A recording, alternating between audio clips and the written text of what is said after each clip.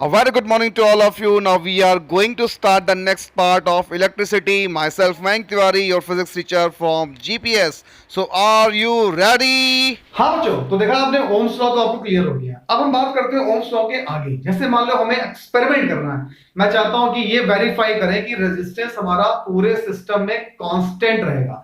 तो एक्सपेरिमेंट को करने के लिए सबसे पहले अगर हमें कुछ निकालना पड़ता है तो ग्राफ की नीड बहुत पड़ती है। तो पहले हम ग्राफ करेंगे, फिर वेरिफिकेशन करेंगे। ठीक है, तो देखो दो तरीके के ग्राफ होते हैं। एक होता है वी आई ग्राफ, ठीक है, और एक होता है आईवी ग्राफ, ठीक है, आईवी ग्राफ। ठीक, एक मैं करूंगा, दूसरा तुम अपने आप करोगे, गौर करना। ठीक है, अच्छा, जैसे कि मान लो लिखा है वी आई ग्राफ, मैं लिख देता ए बी ग्राफ, बोल देता C T graph, X Y graph. ठीक है, ग्राफ को समझते हैं बनाना कैसे, सबसे बड़ा कंफ्यूजन रहता है। चलो, ग्राफ को बनाने के लिए हमें दो एक्सिस की नीड पड़ेगी, एक एक्स एक्सिस और एक वाई एक्सिस। हम इसको बहुत शॉर्ट में लेते हैं, जितना आपके पास का है। एक एक्स एक्सिस और एक वाई एक्सिस। ठीक है, जो आगे लिखा है उसको वाई एक्सिस में ले लो और जो पीछे लिखा है उसको एक्स एक्सिस में ले लो। जो आगे लिखा है वो वाई एक्सिस में, जो पीछे लिखा है उसको एक्स एक्सिस पे ले लेंगे।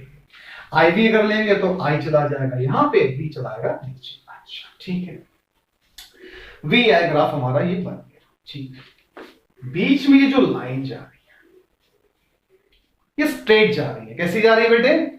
स्ट्रेट जा रही है। स्ट्रेट लाइन किसकी है, क्यों जा रही है और क्या दिखाना चाहती है? कई सारे questions, we have lots of questions. Sir ये बीच की लाइन जो जा रही है, क्यों जा रही है, क्या शो करना चाहती है और है किसकी? तो देखते हैं। आपको पता होगा मैथ में आपने देखा होगा स्लोप निकालना, स्लोप फाइंड आउट करते थे। स्लोप फॉर्मूला क्या होता था? y2 minus y1 upon x2 minus x1। ठीक है, चलो, इस लाइन को हमने कहीं पर भी दो पॉइंट को कोऑर्डिनेट कर दिया, एक ये पॉइंट ले लिया और एक ये पॉइंट ले लिया, यानी वन पॉइंट ये हो गया, एक पॉइंट हमारा ये हो गया, एक ये हो गया और एक ये हो गया। ठीक है, अच्छी बात है। इसको हमने बोल दिया I1, इसे बोल दिया I2, इसे बोल दिया V1, इसे बोल दिया V2। अच्छा, ठीक है, अपने फॉर्मूले पर आते हैं। y2 माइनस y1, तो y2 कहां दिख रहा है आपको? ऊपर, यानी v2 minus v1। x2 minus x1 यानी I2 माइनस I1। गौर से देखो तो ये क्या बन गया? Delta v upon delta I। और थोड़ी ही देर पहले भी हमने ओम्स लॉ पढ़ा था कि v upon I is equal to R, यानी जो ये स्लोप है ये रेजिस्टेंस को दिखा रहा है।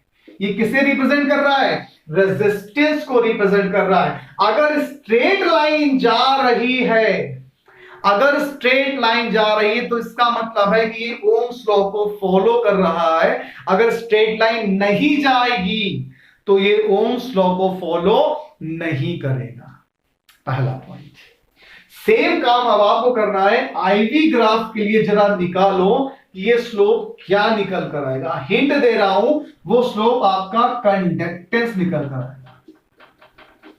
जरा निकाल कर देखिए आता है कि नहीं, फिर मैं आईवी ग्राफ देख लो, खत्म करें आईवी ग्राफ फटाफट। ठीक है, आई यहां ले लिया, वी यहां ले लिया, एक स्ट्रेट लाइन चली गई, फिर हमने एक स्लोप बना लिया। ठीक है, अच्छी बात है, ऐसे ऐसे पॉइंट ले लिए। ठीक है, स्लोप का फॉर्मूला क्या था? y2 minus y1 upon x2 minus x1। ठीक है, तो देखो गौर से, y2 माइनस y1 अगर हम करेंगे तो y हमारी ये हो गई, यानी I1 I2 V1 V2, तो ये हो जाएगा I2 minus I1 upon V2 minus V1, यानी delta I upon delta V, which is equal to 1 upon R, यानी कंडक्टेंस। यानी कि जो आईवी ग्राफ है, बहुत कायदे से समझना, जो आईवी ग्राफ है वो रेजिस्टेंस का रेसिप्रोकल दिखा रहा है, कंडक्टेंस को दिखा रहा है, कंडक्टेंस को दिखा रहा है। इस चीज को ध्यान रखना है, स्टार लगा के कहीं लिख लो, क्योंकि अभी क्वेश्चन एक आगे आएगा सीबीएसई वालों, 3 नंबर का या 2 नंबर का मिलेगा जरूर। इस पॉइंट को याद रखना है। वी आई ग्राफ में रेजिस्टेंस मिला और आई वी ग्राफ में हमको कंडक्टेंस मिला। और दोनों में फर्क क्या है और ये पढ़ाया क्यों, अब आता है आपके सामने।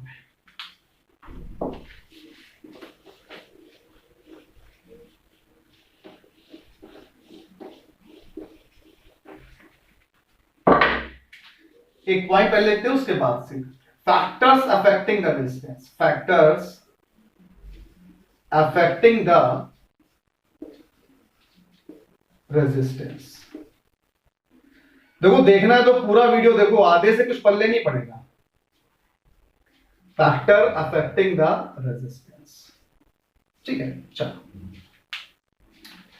What are the factors which are affecting the resistance. तो पहला आता है length, length of the wire, length of the wire, ठीक है। दूसरा आता है cross sectional area, cross sectional area. तीसरा आता है टेम्परेचर, टेम्परेचर, टेम्परेचर। अंडरलाइन मार दो तो शायद याद आ जाएगा नालायक को। लिखा है मैंने भी टेम्परेचर, ओम्स लॉ में थोड़ा पहुंचना भी। चौथा आया मटेरियल, मटेरियल। चलो अच्छा देखते हैं, मटेरियल, ठीक है। अच्छा देखो, पहला है हमारा लेंथ ऑफ द वायर। तो याद रखना है, it is directly proportional to resistance. जितनी लेंथ बढ़ती जाएगी, जितनी लेंथ बढ़ती जाएगी, रेजिस्टेंस उतना ही बढ़ता जाएगा। देखो लेंथ बढ़ी तो नंबर ऑफ इलेक्ट्रॉन्स बढ़े, नंबर ऑफ इलेक्ट्रॉन्स बढ़े तो नंबर ऑफ कॉलिजन बढ़ा, नंबर ऑफ कॉलिजन बढ़ा तो रेजिस्टेंस की वैल्यू ऑटोमेटिक बढ़ जाएगी। यानी resistance is directly proportional to length. अच्छा अगला आया, resistance is inversely proportional to area.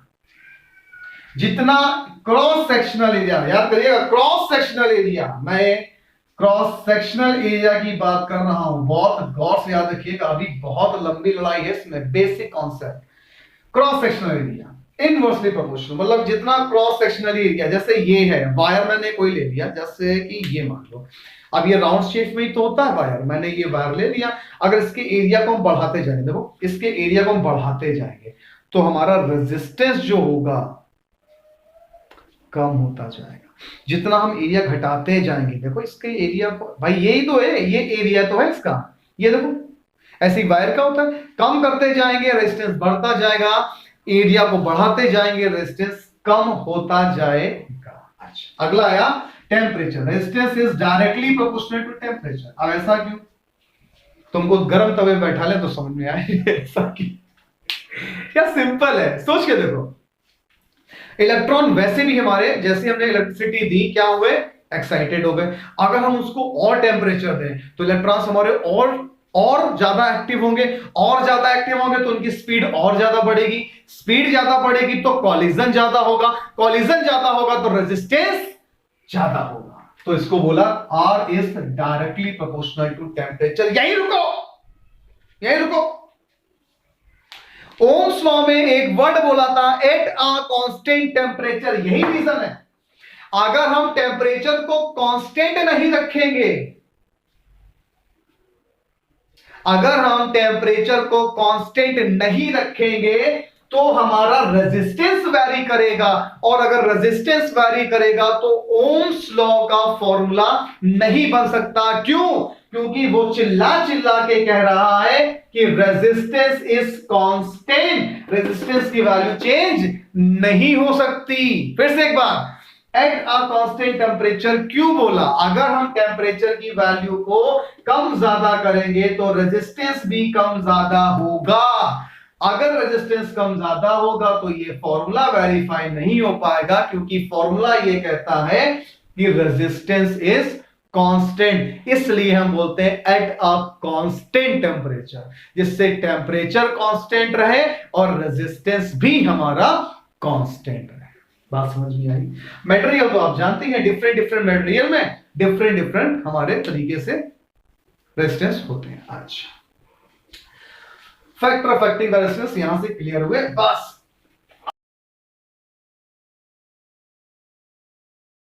अब शुरू करते हैं जादू, जिसको समझना लोगों के लिए बहुत कठिन है लेकिन आपके लिए बड़ा इजी रहेगा। दो ग्राफ में बनाने जा रहा हूं, बहुत अच्छे से समझिएगा, ठीक है।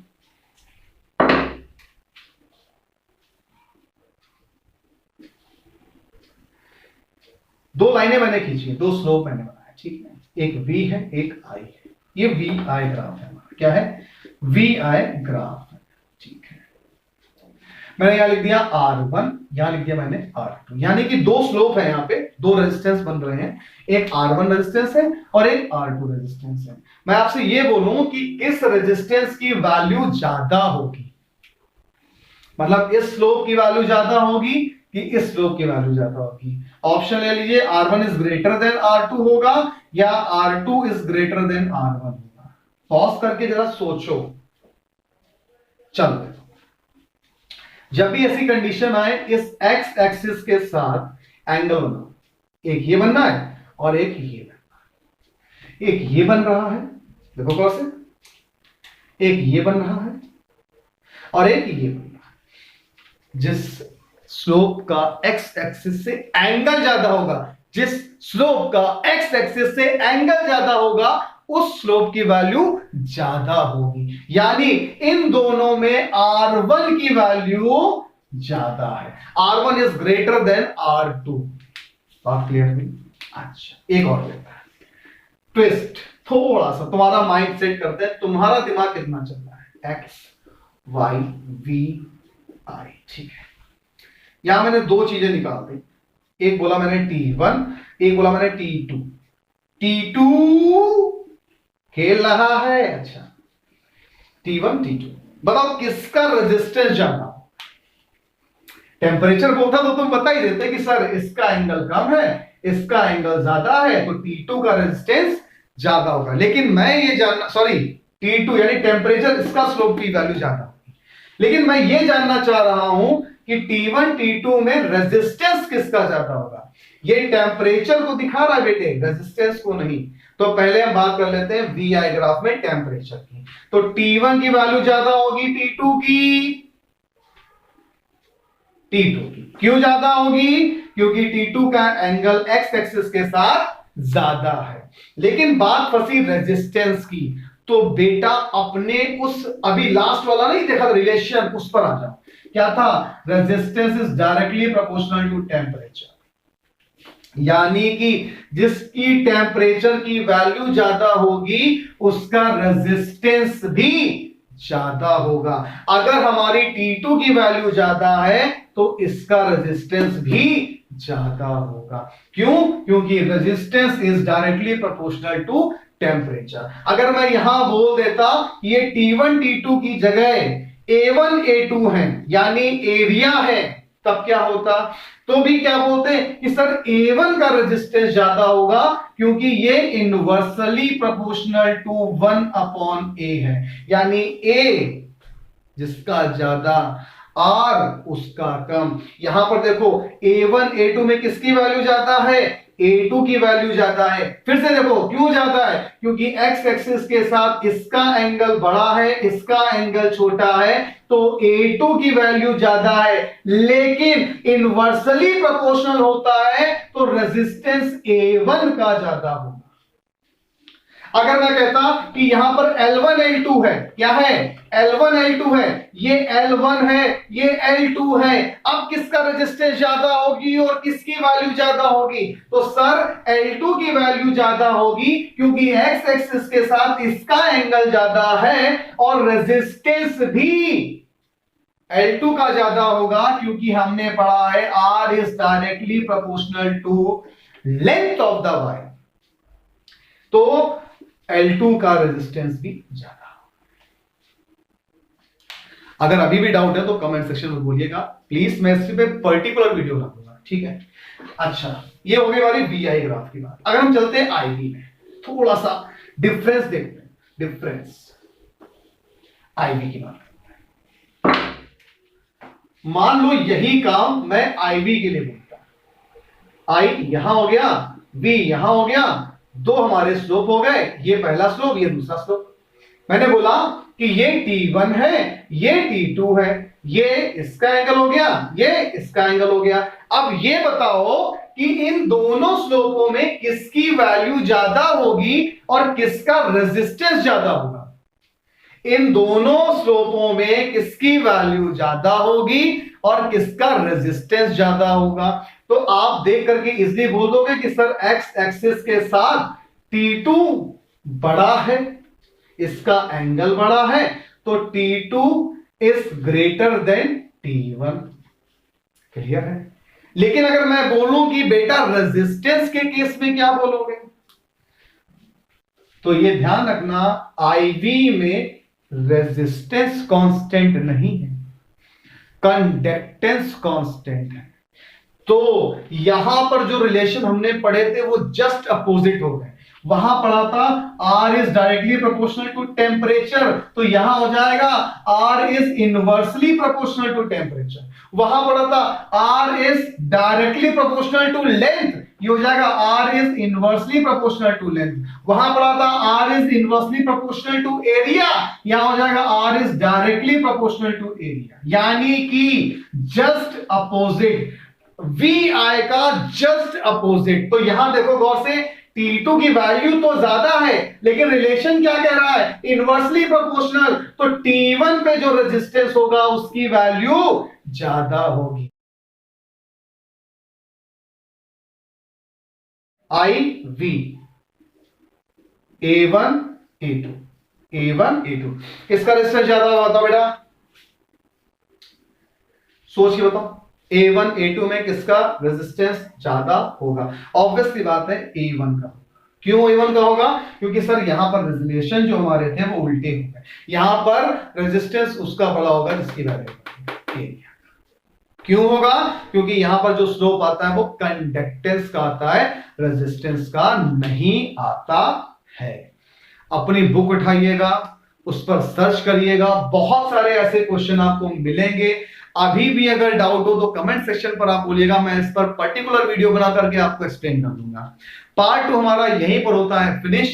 पार्ट 3 में हम कुछ नया लेकर के आएंगे। तब तक के लिए stay at home, stay safe, family की रिस्पेक्ट करो, गार्जियन की रिस्पेक्ट करो, पेरेंट्स की रिस्पेक्ट करो और फिजिक्स को बहुत फील करके पढ़ो बेटा। जय हिंद, बाय बाय।